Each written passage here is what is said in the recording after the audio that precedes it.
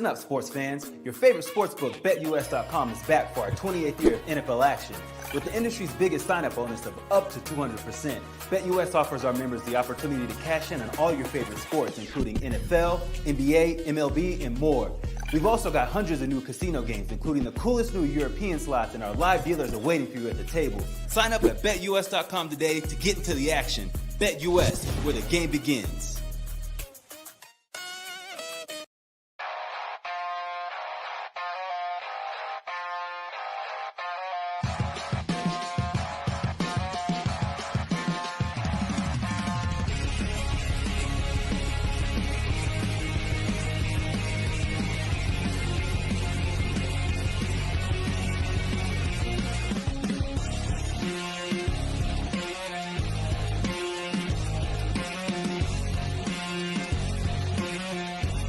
And now, broadcasting live from Las Vegas, the Snake Sports Talk Show with Jake Silva starts now.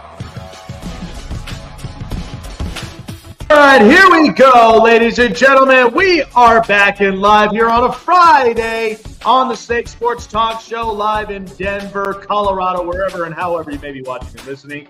Thanks for making us a part of your day. Roku, iHeartRadio, and all social medias. Known to man. Lots of stuff to talk about. NFL Prime Predictions Week 7. Stuff is getting heated up.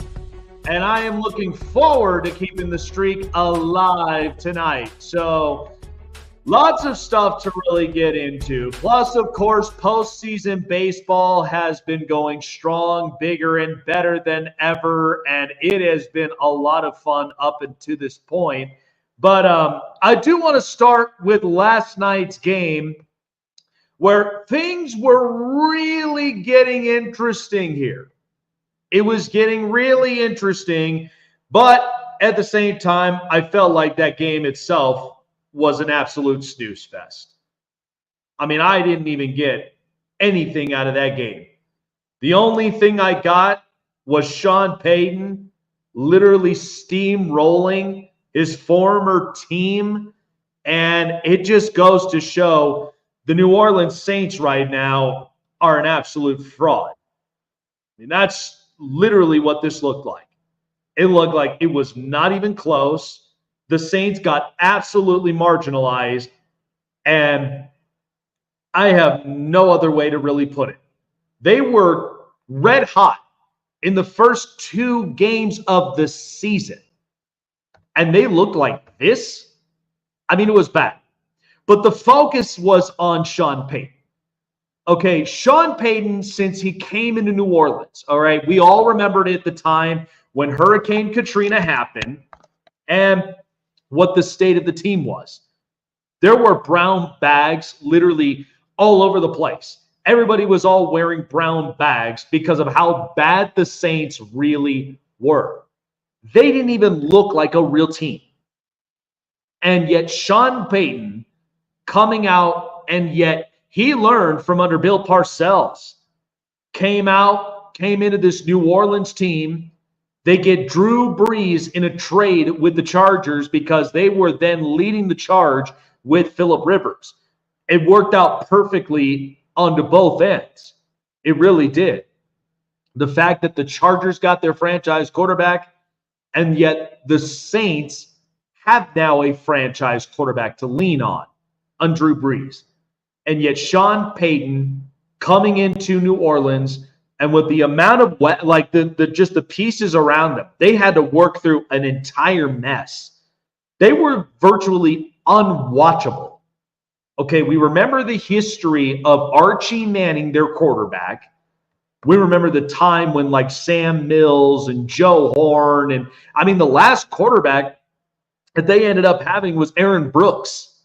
Okay, and before he ended up going to the Raiders.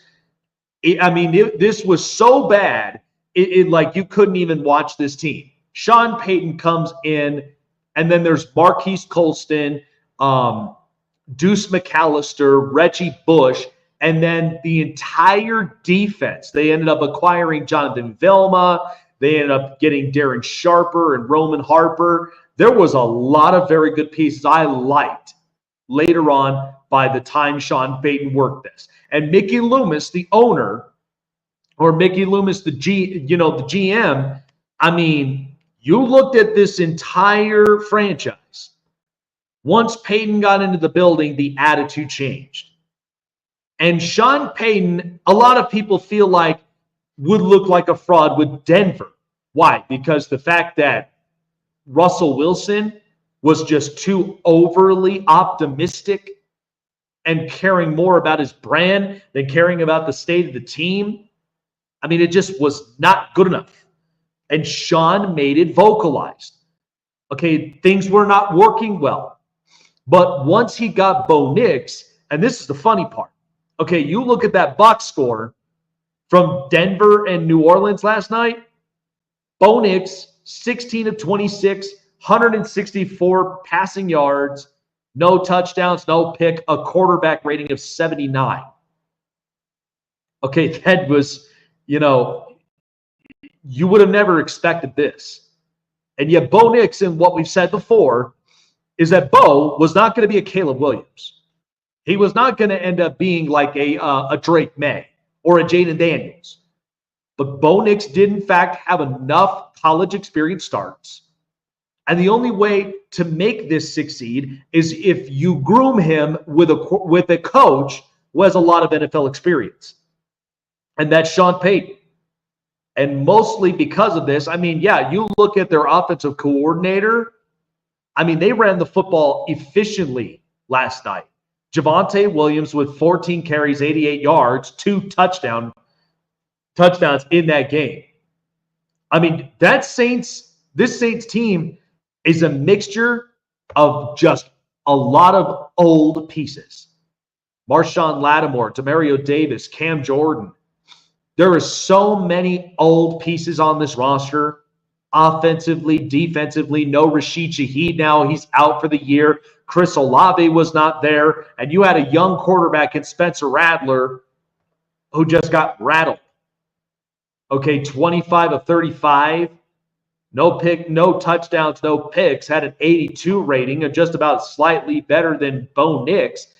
But the only difference is, what do the Saints really have?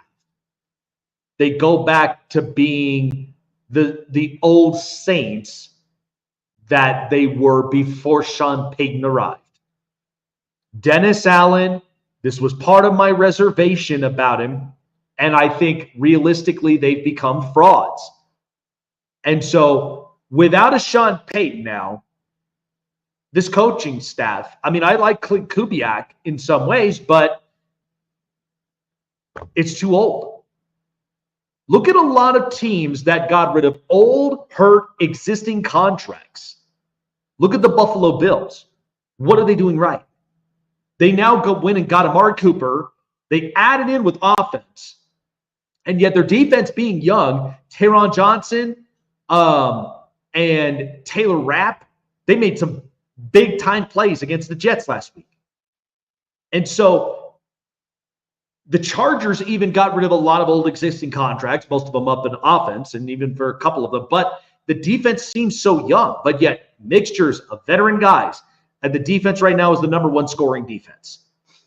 Okay, many teams go through this. Even the Buccaneers have a young defense, but offensively, they're scoring points. They're getting into shootouts with a bunch of other teams. This is just kind of the reality of what it is. But from a culture standpoint, once Sean Payton left the building, what do you have left? Same thing with Drew Brees. Who is your quarterback? And for as bad as the Saints literally looked like, once both Payton and Sean and Drew Brees left, what are the Saints? What are they past this? I mean, I love Alvin Kamara, but I just feel like if you're going to do a service, you move them on to a contending team, because this is just not working.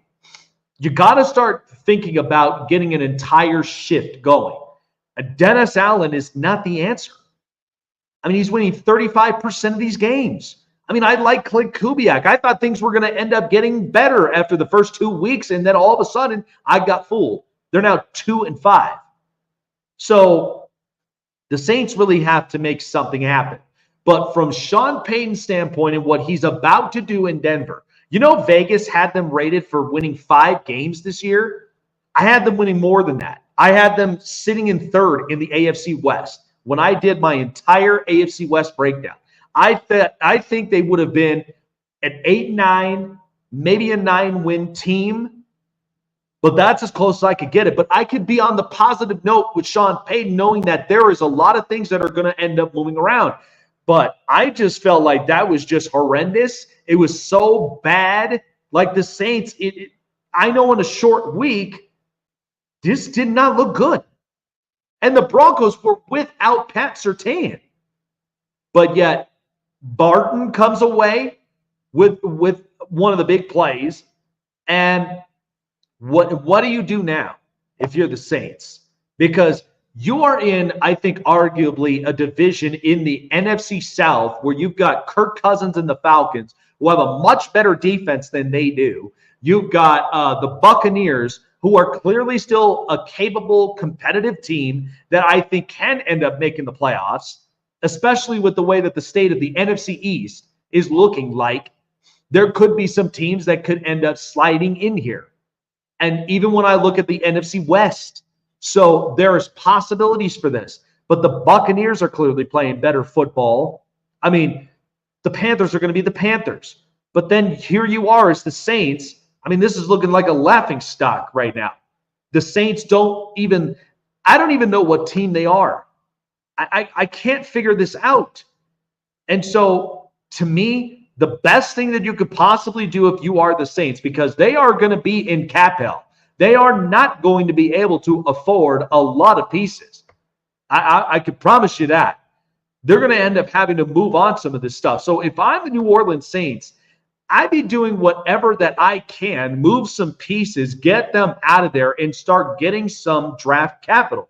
That's why a lot of teams that did this, Buffalo did this, Tampa's doing this, the Chargers did this, and a couple teams have ended up doing this because they want to keep the consistency of the team. Sometimes you're meant to move on from some players. You are meant to have different schematics and different coaching. This is just what happens. What's worse about this is that it's a coach, it's a quarterback thing, and then it's a roster problem for everything of New Orleans. And this is everything that we've seen built upon for years with Sean Payton, with this team. And now he's out the building. Drew Brees is retired. What are you? What exactly is the New Orleans Saints? So, again, I just think that whole game looked like a snooze fest. It was Broncos just steamrolling them all the way through. Okay, I've got real good friends of mine close by. I mean, I even talked about this with Ross Jackson. I mean, this was initially a team that you thought could have made some positive changes, but it feels a lot like they're reverting back to themselves, reverting back to the old selves before Payton and before Brees came in, and it's not looking good.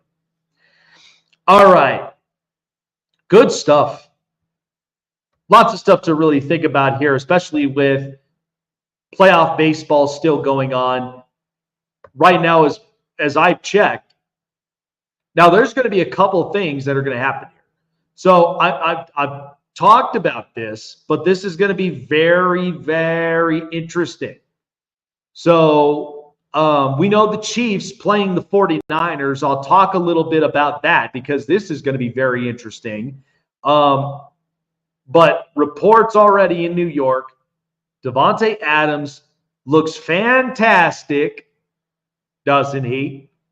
And then goes a full go. He's a full go for the Jets' debut.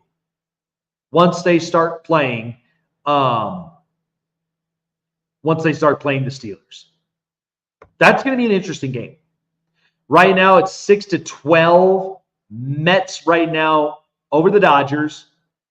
And I'll tell you one thing, because a lot of people, this is what I cannot stand, is like I listened to Coward earlier today, literally thinking that this series is over. This series is a wrap, that they were going to wrap it up tonight. No, they're not. Stop throwing a lot of these teams dead in the water. That's not how postseason baseball's done. Teams could literally crawl back from this any given point. When you start jinxing this whole thing and you start looking at it like this, what do you think is going to happen? Some teams are going to honestly turn around and they're just gonna go on fire. And that's literally how it is. And I mean, that Mets offense tonight, I mean, they are putting up some runs.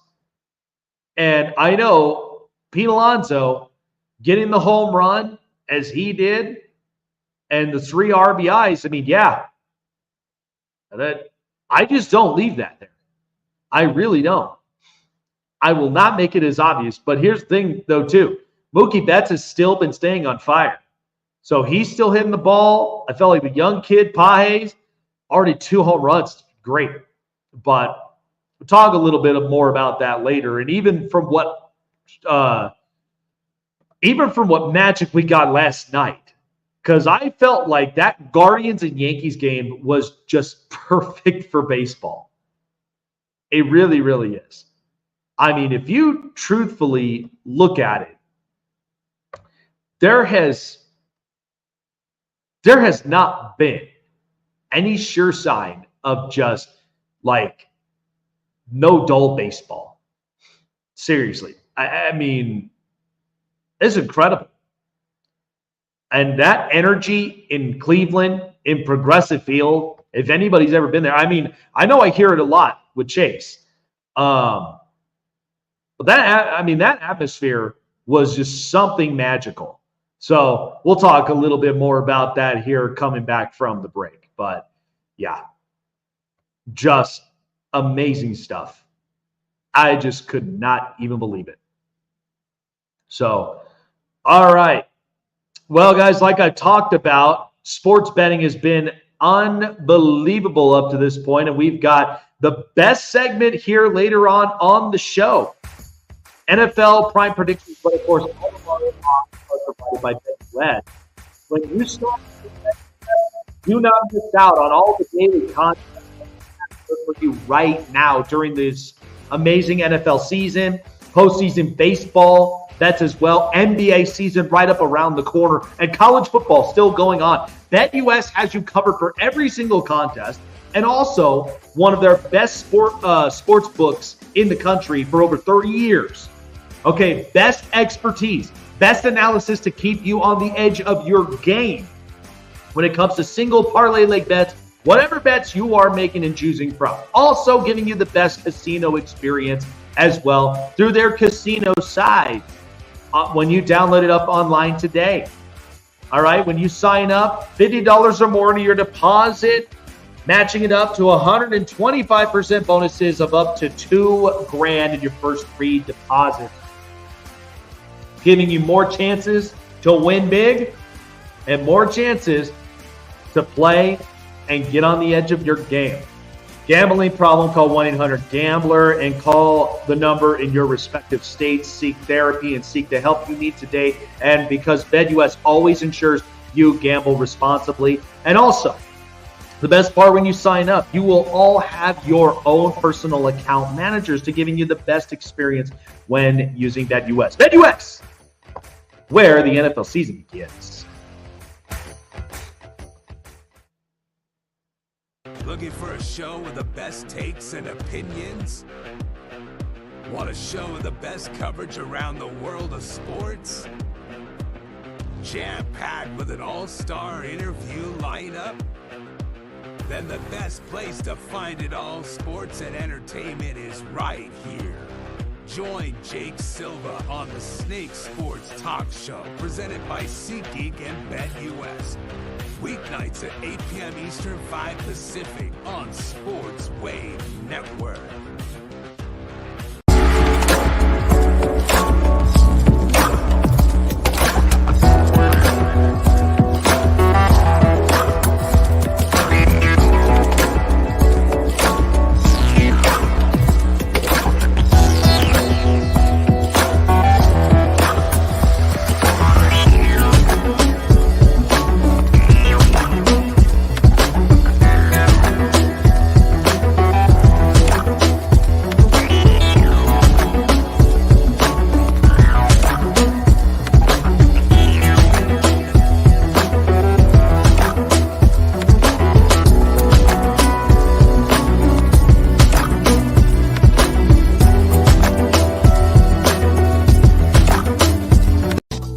got the Con Man live on the Sports Corner, coming to a screen near you, giving you the greatest stories from basketball legends you've never seen before.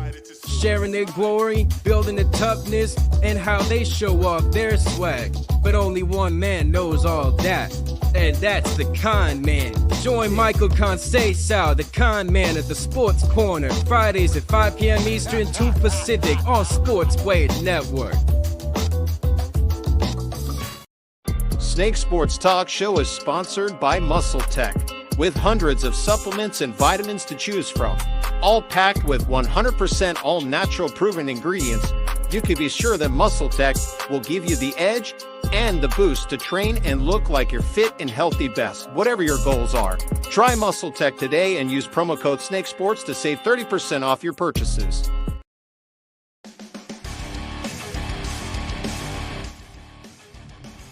Well, we witnessed an absolute stunner last night. I mean, I'm sitting there comfortable with my wife. And, you know, because to me, I sometimes I'm pretty guilty about this at times, where I just have a journalist mindset. Every time when I'm there, and usually I'm always held accountable when it comes to social medias, and when it also comes to media as a whole. Like I have to be accountable for my stuff, and that's usually how it usually goes down. I mean, our society, we're a caffeinated society. We have to be in the know of what all is happening in the world, and that's usually us. So, you know, again, I'm digging through, and this is usually how my show is. I had to make sure that I have at least the right script. I have at least, you know, all the stuff. Like, I do my homework. I have everything that I need to in order for me to start up my show and talk with all of you guys of what's been going on, what's happening, and give you more of better insights. Because sometimes, like, look, there are some people, at least in the media world, and I'm not going to point them out, but they come up with some of these takes that it leaves us screaming, leaves us pissed off, and leaves us kind of going wild and out. I try not to do that. I try to at least give more context, give more clarity, and make it more balanced so it's understandable for you guys. So as I'm strolling through, I watched a lot of the highlights, but I felt a lot like that Cleveland and Yankees matchup. I mean, this is fun. And it's good for baseball, and especially it's good too for even for ratings, because of the fact that we have stories. And then we even have the teams that you know are just, they're kind of the high odd favorites, right? To even getting here, which is one of the most incredible things. So, you know, to me, I'm watching this series, and I knew for a fact, I feel like the Yankees could win this series against the Guardians. I mean, Chase might not like hearing me say that, but I just kind of see this with the roster, top to bottom. I don't know how on earth, you know, I think about this sometimes, and it's incredible. It really is incredible.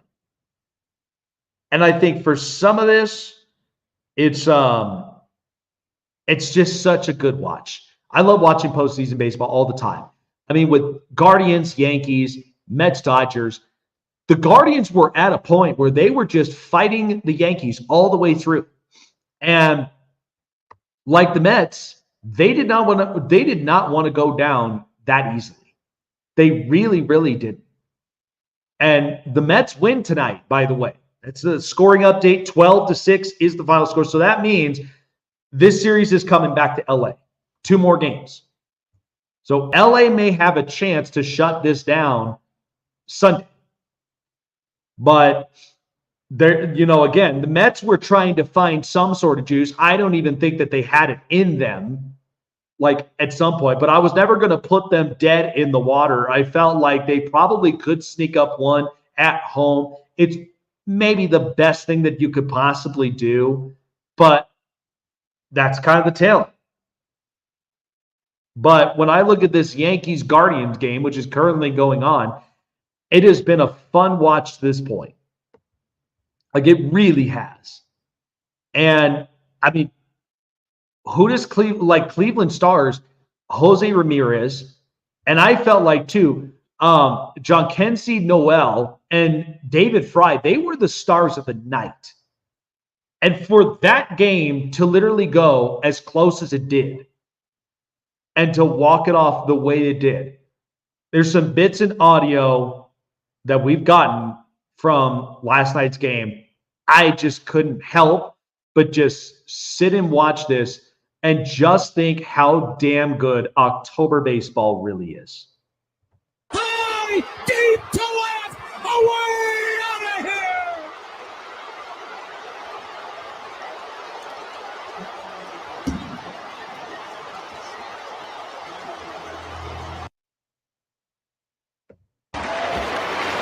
Swung on, hit high, hit deep to left, there she goes!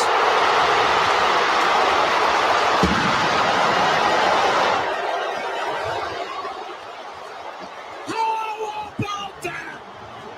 A walk-off, two-run home run to the bleachers and left by David Fry.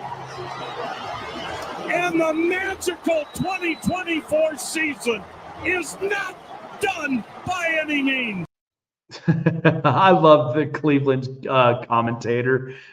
So energetic, but you could feel that. I mean, hell, even when Ken Anderson was making this call, I mean, it was unbelievable.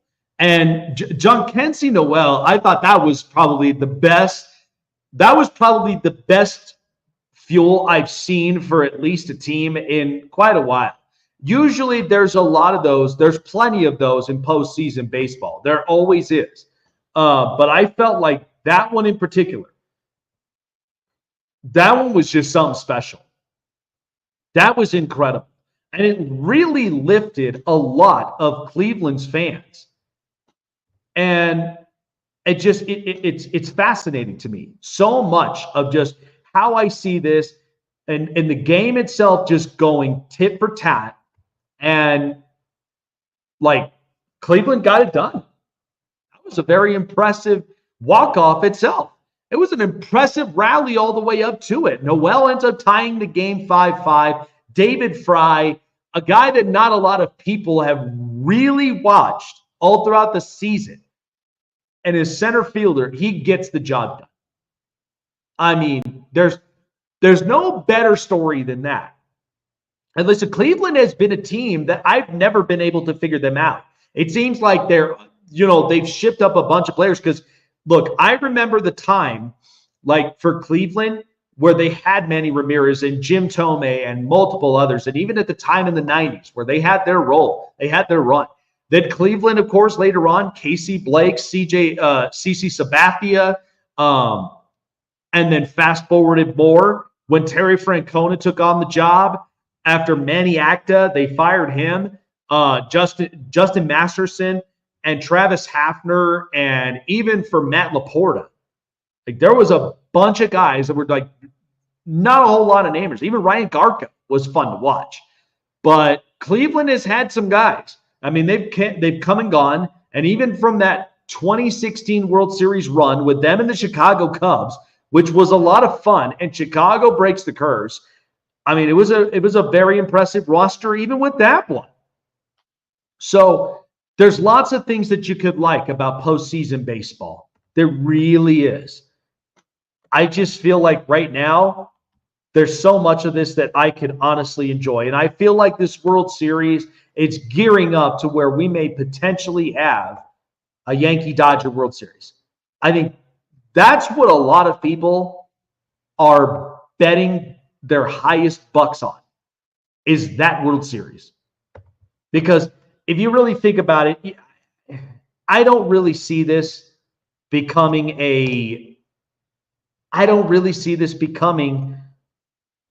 more than, a Subway Series. I just don't. I just don't know if it really would feel the same. Now, if the Guardians somehow, and I'm not saying that this could be like I'm leaving this because usually postseason baseball, anything can happen here.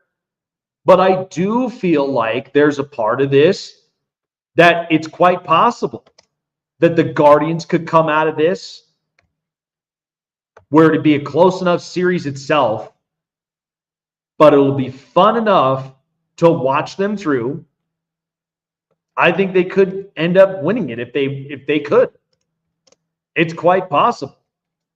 But this postseason baseball has been exciting. It's been so exciting. It's been so much thrillers left and right. Can't help yourself. Just can't help it. You got to love baseball for what it is every year in October. Time now for the news. This is the Hot Press. Just can't really explain it best enough. Usually you just got to go watch the games. You just got to watch the postseason as it goes. So news, of course. So Davante Adams, who's officially in New York with the Jets and with Aaron Rodgers, after the trade with the Raiders, this was clearly something that this is Aaron Rodgers' team. So Davante Adams, who missed his final 3 games with the Raiders because of a hamstring injury, has recovered and will have a full workload for the Jets on Sunday night against the Pittsburgh Steelers. So something that Jeff Ulbrich, the interim coach, mentioned about it, he basically had this to say with Davante Adams coming in and what he's looked like in camp. We didn't know what to expect with him coming here. Obviously, he'd been listed on the injury report with the hamstring, so we had to make an assessment once he got here, and he looks fantastic. Do I honestly think do I honestly believe that this was coincidence? I mean, this was all in all Davante Adams' way of like he wanted out of the Raiders. He clearly wanted out. There's just no other way to really explain this. But the Raiders, of course, their hope is that he produces to where that compensated pick, the conditional pick, becomes a second rounder instead of a third. All right. And so my guess is that, with Aaron Rodgers being here at the helm, because this is clearly his team. Okay, you already got Robert Saleh out of the building, but you better hope that Davante Adams is just as every bit good as you hope he would be. So, I mean, I've said this before. I just don't know. Like, again, I don't think that Davante Adams makes the team good, but I don't think he's solely the piece that will move a team to where they honestly are that competitive. I just don't. I think, if anything, in my opinion, I mean, it makes you good on paper, but I'd have to see how the coaching staff really reacts to this. I would have to see how the offensive play call literally pans itself out. Because if not a lot of those, then that's where things are going to look pretty dicey, if you ask me. I mean, I'm keeping my tabs. I'm keeping my eyes on everything. It's certainly not a game that I mean, especially with that Pittsburgh defense. That's one thing that I'm like, the Jets offense, and especially with the way of how stagnant it was. Now, again, that could be many possible reasons. But I just don't think that he is the absolute uplifter is what I'm trying to get at.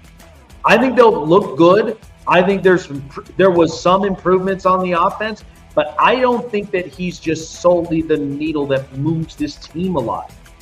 Because it all just has to solely depend on Aaron Rodgers, and it all has to solely depend on some of the decision making. Because if it's looking like it's not good, then that's where a lot of tempers really start to flare up, and that's what I'm afraid of. So again, you could bet your 2 cents up on that, but that's exactly with where I think could be headed in that direction. All right. Oh, yeah, this was a good one. So the 49ers, we know, have a Super Bowl rematch against the Kansas City Chiefs, who are 5-0. They're coming off a bye. Usually I try not to gamble against the Chiefs and against Andy Reid because of how good he is after a bye.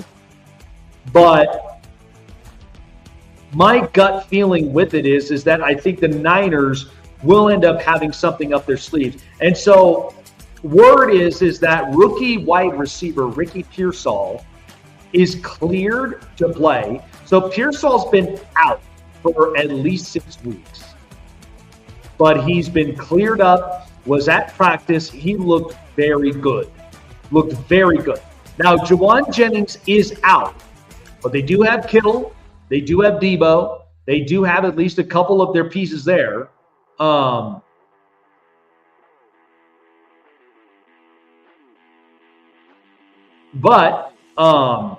yeah, even Jordan Mason with a left shoulder, he's back.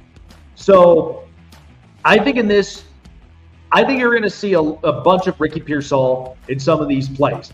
Because the problem of it is right now, Brandon Ayuk, who signed that massive contract, hasn't done jack squat. He has not even scored, by the way. Has yet to even score a passing touchdown. And I think a lot of that is the 49ers are making a point because of right now the way that he's kind of handled himself. After that whole not showing up and all that other stuff, it really has not looked the same. At all. I just am I'm looking at this very clearly, and I'm like, it's not that they're not going to target him the ball. That's not the problem.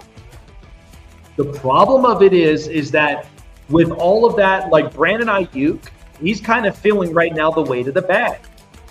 And I just think with the way that this has looked, I wouldn't be surprised. I really wouldn't be, because Kyle Shanahan is, in fact, that kind of coach that it's you watch them very upfront and closely, and I just think he kind of evaluated this this has just been a bad rap for Brandon Ayuk. It's not looked good on his end. The fact that he's not scoring, the fact that he is not getting involved at all. I just think this in itself, we'll see. But I think it was really good seeing Ricky Pearsall getting some snaps, getting some reps. They've been very happy of the fact of what he's looked like up in camp thus far. So that's a good sight to see. And I'm thinking, though, it may be pretty interesting to watch him and seeing the amount of targets that he gets. That's the one thing I'm looking forward to. But, yeah, Ricky Pearsall cleared back. He'll be ready to play. Even with Jordan Mason, Debo, and Kittle. This will be an interesting one, but I will not be surprised how Kansas City really kind of handles this one. So, final news here. Giants wide receiver Malik Nabers is now healthy, but he said his concussion protocol was definitely one that was scary. And so the part in it that we'll have film to talk about was he doesn't even remember that concussion itself, which was very, very scary. And a lot of people, when you think about concussion protocols, these are no joke. None of these are. These are the kind that you don't wish this upon anybody, but you hope that they are very conscious. They have their conscience there, because again, anything could happen at this point. So Malik Neighbors, he talked about that after the concussion, how he feels as of right now, getting geared up and getting ready for the next game ahead.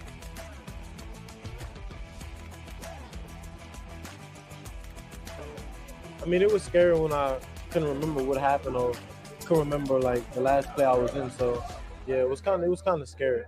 What did you make about all the fuss and the hubbub that was made about you going to the concert? I mean, that's my business. I mean, what I do outside this facility has nothing to do with what the media thinks or whatever they got going on. So that's my business. So I'm gonna keep that in house. What do you think of the idea? I mean, people naturally just say, hey, if I have a concussion, I wouldn't go to a concert because the lights and stuff, it could trigger something. And I mean, that's their business. If they research about a concussion, if they research about what caused a concussion, what makes it worse, and on the internet, if they say it's the lights, hearing, then that's on them. I didn't face anything with the lights. They asked me if I had a problem with lights, I told them no. Having problems with the sound, I told them no. So, I mean, Isaiah asked me any kind of questions that I needed, if my head was going to be hurting while it was going to be loud, the lights, and I said no. I said I've been playing loud music since after the concussion in the car. I go out with the lights on. I play the game with lights. So, I mean, I ain't have anything with my lights. It wasn't making my head hurt. So, yeah, he will be ready for this up-and-coming matchup. It'll be interesting, though, watching the just really kind of keeping an eye on the prime predictions, because this is some spicy stuff from here. So I really am curious how this is honestly going to play itself out. But there's going to be some very, very good ones. I've got them all ready. But I'm telling you, that the Giants, though, this is an interesting one. I don't think a lot of people are really going to like me after – I put this out there because, this is going to be, I'm telling you, I think this is going to be a very competitive game between them and the Eagles at home, which is a big plus. But I think he'll be fine to an extent. I think if anything else, like concussion protocols, I mean, yeah, they are not fun. They're not fun at all. I've seen this happen before where just players, they lose this kind of consciousness. And yeah, usually when it's like a lot of people, when you think about this with as far as the lights, the sounds, all the rest of it, I mean, yeah, it's a very scary kind of thing to think about. But I really do think hopefully be all right. All right, so that is your hot press. This is the hot press. All right, so I've got at least a fantasy football question. I have a question. Should I start Gibbs at the flex and put Brian Robinson as my running back one? Kamara did not perform. I mean, absolutely. I think both those running backs, because I do think Detroit, like they are going to be very reliant on the run. Because I just see this really working it this way. So, but yeah, I would definitely do that for sure. All right, so without further ado, NFL Prime predictions have been incredible up to this point. And we've just been on fire the last couple days, or the last couple weeks. I'm excited for this one, and I think it's really going to go down. It's really going to go down as one that, because there are some heavy favorites that I trust and that I like in these positions. So I am not at all worried about what the possibilities will be for any of these. I really am not. I think these are some pretty damn good matchups. So here we go. NFL Prime predictions. Cue the play. Let's turn it up. It's Jake's Prime Predictions.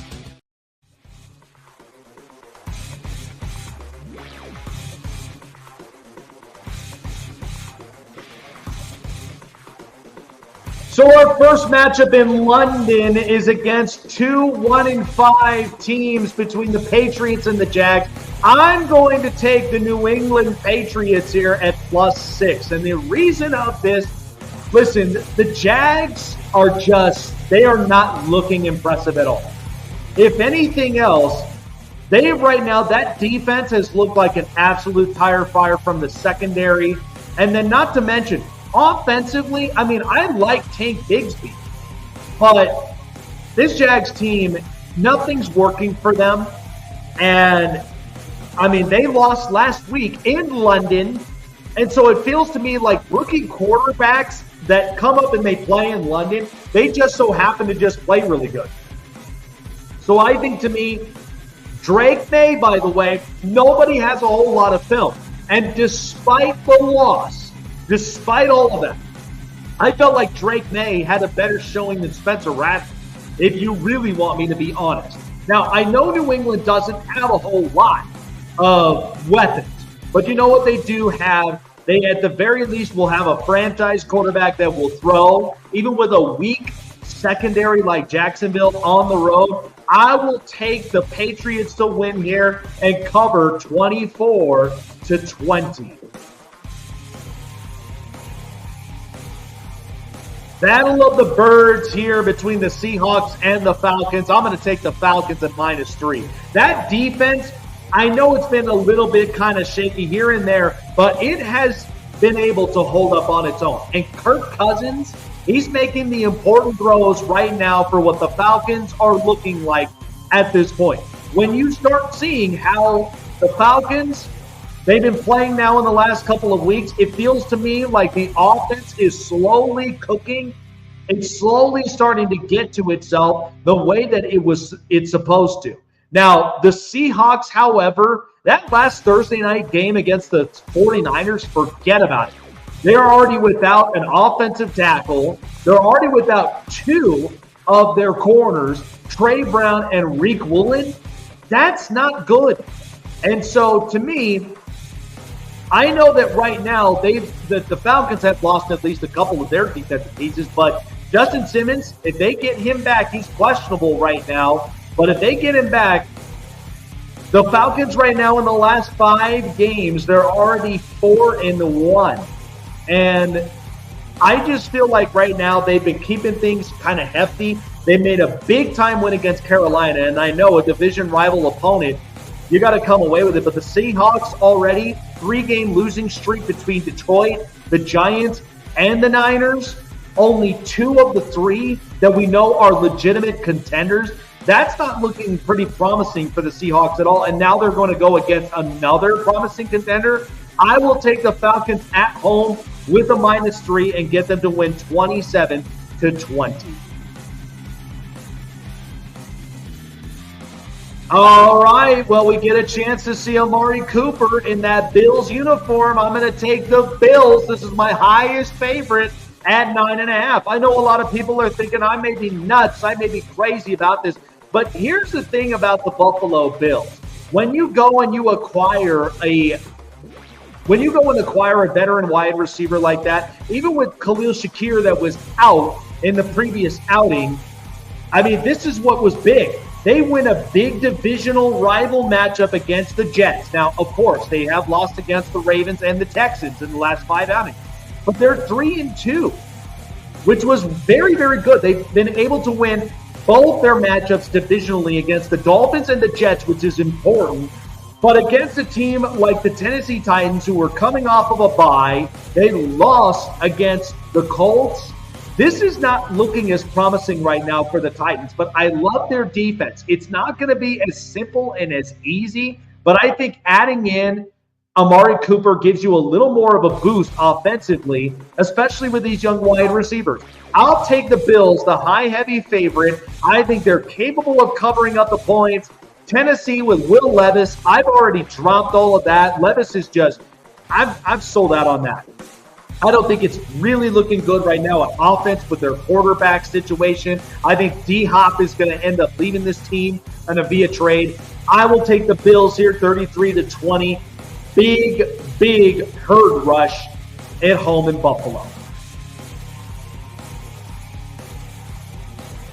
All right, divisional rival matchup between the Bengals and Browns. I'll take the Bengals here. The Browns have been looking like an absolute dumpster fire right now. Seems to me, after Amari Cooper leaves, I mean, this offense is going to look pretty bad. And even with Deshaun Watson, they haven't decided to sit him out at all. Kevin Stefanski had literally came out and said that they're looking to go with Deshaun at least for the foreseeable future. But right now, this team is 1-5. And I mean, in the last 5 outings, they've already only won 1. This does not look good at all for the Browns. And for the Bengals, by the way, don't kid yourself if they're 2-3 right now. Look at some of the points that they put up. They put up 25. They put up 33. They put up 24. They even put up 38. They're capable of putting points on the board. It may have looked less against the Giants, but think about that pass rush. It was a lot for the Bengals, but they are not afraid to put points up on the board. And Joe Burrow is honestly having at least a little silent MVP caliber type of year right now. If you look at it, it's been all Burrow and company. Over 1,500 passing yards, 12 touchdowns, 2 picks. That feels a lot like an MVP kind of status, despite the way that the Bengals look. I'll take the Bengals here on the road, winning this game in a division rival matchup with the Browns just looking as hot mess as they are, 28-21 here on the road. All right, this is actually a pretty fun matchup, the Texans and the Packers. I will take the Texans plus the 3 points. But I honestly feel like because of the way that this game is set up between the Packers and the Texans are in fact a very good team. But mind you, they have been tested in some of these areas, and they're going to get tested again against this defense. Now, the last 5 games for both these teams, they're both 4-1. But the difference of it is the Packers, even without Jordan Love, they came away with a win against the Colts. They came away with a win against the Titans. Once he came back, they were in a close stretch against the Minnesota Vikings. Only 31-29. Now, the Texans, they took a big L against the Minnesota Vikings, which their defense was very good. Only limited them to 7 points. Now, New England was one that we knew that was a big win. But Buffalo, in a close game like that, it was giving them fits. Now they're going to come in against a team like Green Bay with Xavier McKinney and a couple others in that secondary. That defense of Green Bay, I'm not going to take very lightly. I'll take the points of Houston at +3, but I think in Lambeau, Green Bay has a very good shot at making this game close, but close enough to where I think this is a good game thriller, 28-27, but I'll take the Texans points just for that reason. All right, so the Dolphins are going yet again with Tyler Huntley. I'm going to go with the Colts here at -3 with Anthony Richardson. I'm not too confident in it. This is a stay-away game for me personally because the Colts with Joe Flacco and the way that things have looked up on it, I mean, the team has actually looked pretty decent. But in these last couple of outings, I mean, they've won a close game, a division rival, 20-17 against the Titans. They lost to the Jags very closely, but the Colts are just kind of treading up a little bit on this high end. But the Dolphins right now, I mean, you've clearly seen they needed that win against the Patriots. With the way that things looked last week, that was when Jacoby Brissett was starting. But the Dolphins right now, they're just waiting for Tua to get that. If they could take away this game, honestly, and get them at the 300 mark before he gets there, that would be That'd be something interesting. But I just think right now with the Colts, with Anthony Richardson back up on this, this is one that I think could be an opportunity for the Colts at home against the Dolphins. I mean, this is a chance for them to really kind of take advantage of it. I'll take the Colts at home with Miami and the way that they've looked offensively. I'll take the Colts to win 27-20. This is a very good division rival marquee matchup. I'll take the Vikings at -1 at home. Listen, I love the Detroit Lions, okay? I'm not talking horrible about them. But they did lose their pass rusher in Aiden Hutchinson, which is a big deal because now a lot of their defensive front between Aiden Hutchinson and Marcus Davenport, that's not a good deal. And then not to mention, too, Kyle Pecco. He's also been on IR. And Carlton Davis is questionable. That defense right now has a little bit shaken up. But however, with Minnesota and the way that they've been playing it, now Sam Darnold, to some degree, has kind of been a little bit shaky, and especially with the way they beat the Jets in London, it's kind of a little bit hard to kind of come back down to earth. But we know that the Lions in the last 2 games have been putting up points almost over 50. And so I don't know if they'll be able to do that against a legit defense like the Vikings in this one. I'll take the points here for the Vikings at home, and I'll take them to win against the Detroit Lions because I do think defensively they may be a little bit shaken up. They're going to ask that secondary to do twice the workload. I'll take the Vikings to win 27-24. As much as I don't like right now situationally with how the Eagles are, I'll take the Giants in the +3 points. And the only reason of this is because the Eagles, to me, have just not looked intimidating. What is the issue?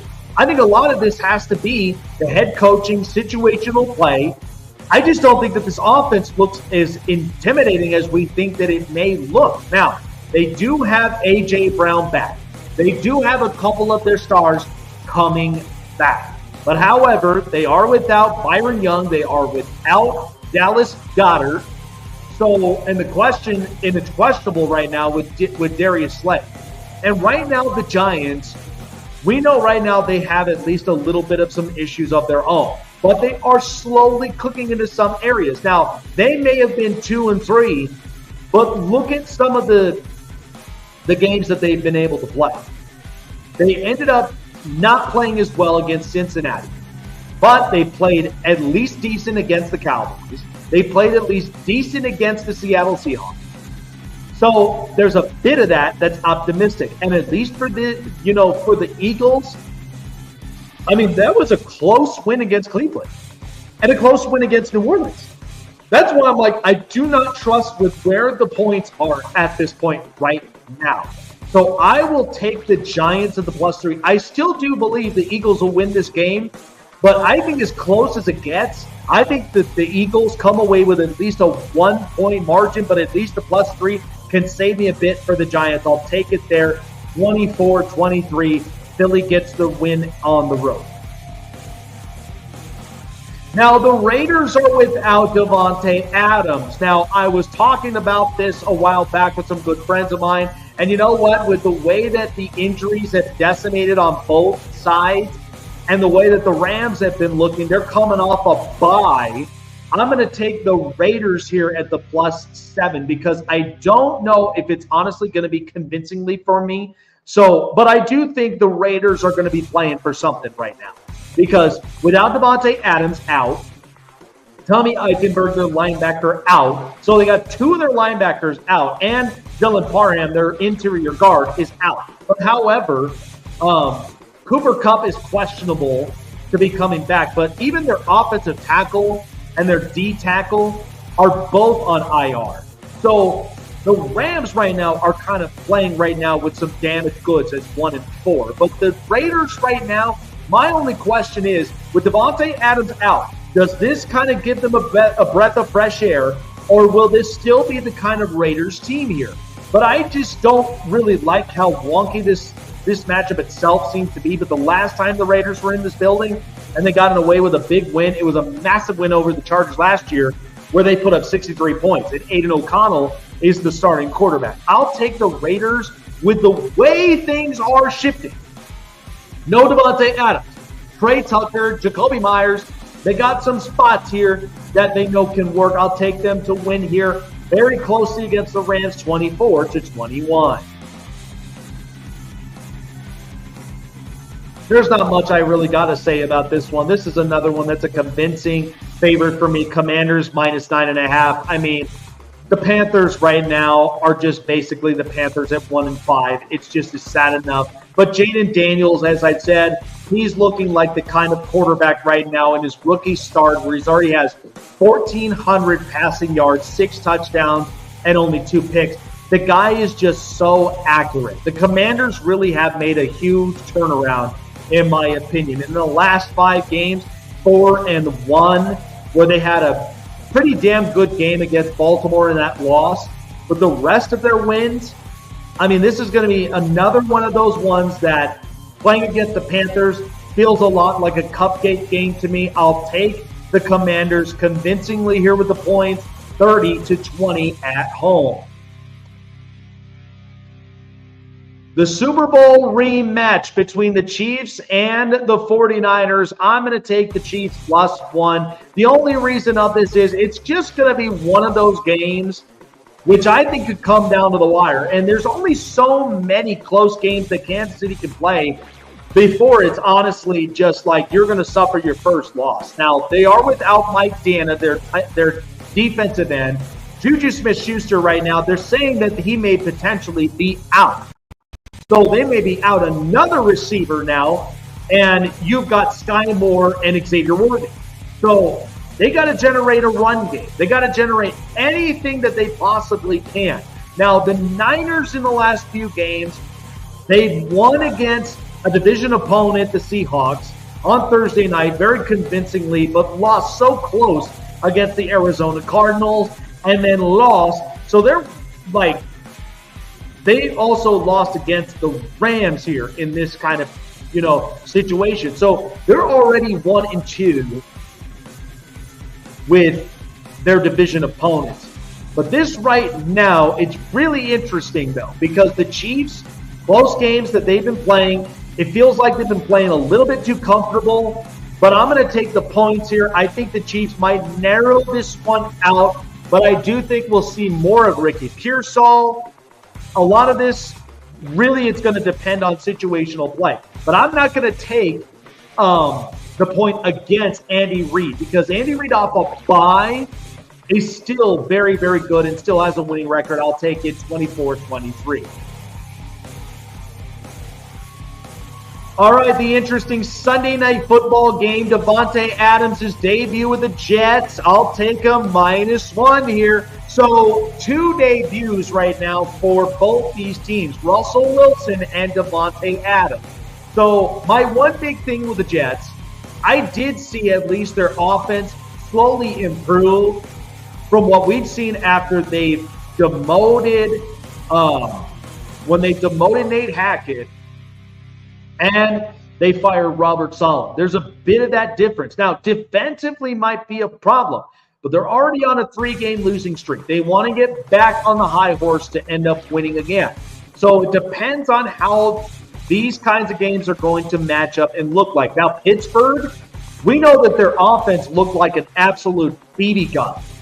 But they're 4-2 right now, but I'm holding my breath with how things are going to honestly look with Russell Wilson starting. I love their defense, but you've got to be able to generate offense. I think the Jets, with Davante Adams' debut, I feel like this could be a game they could run away with. With -1 is all I need. I'm going to take the Jets points here on the road in Pittsburgh and take them to win 24-21. Lamar Jackson, 22-1 against the NFC, and I will take him here to win again at -3.5 for the Ravens. I mean, this Ravens offense now is starting to click. It's starting to find itself. And by the way, the Ravens already are on this hot streak at 4-1 to start the 5-game stretch. They're 4-2 now. But you know what? It's looked very, very promising for them. Now, both these teams are 4-2. The only difference of it is Tampa's defense is young. Okay, that's one that we know could be a little bit questionable all throughout this entirety of the game.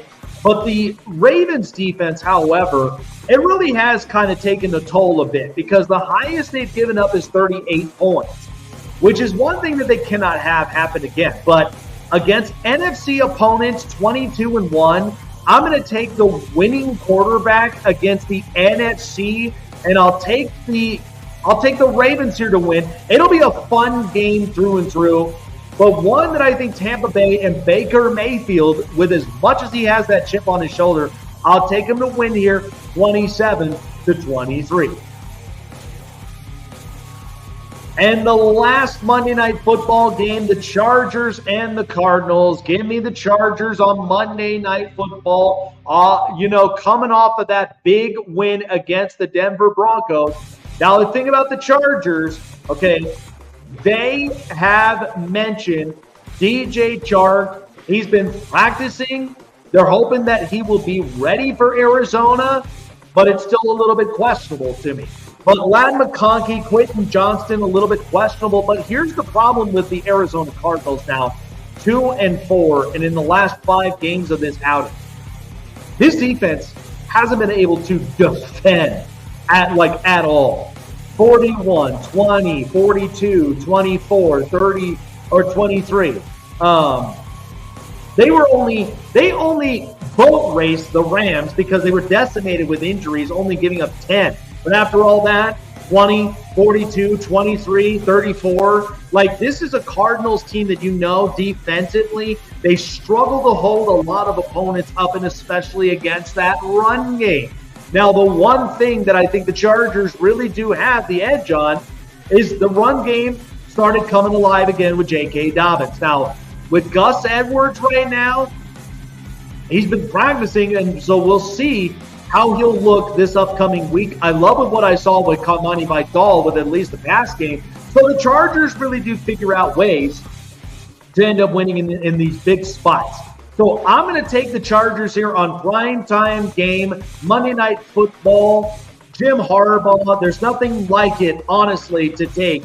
I'll take him here on the road in Arizona against Kyler Murray. If they could get pressure on him, just like they did with Bo Nix, they'll be in good shape, 27-21.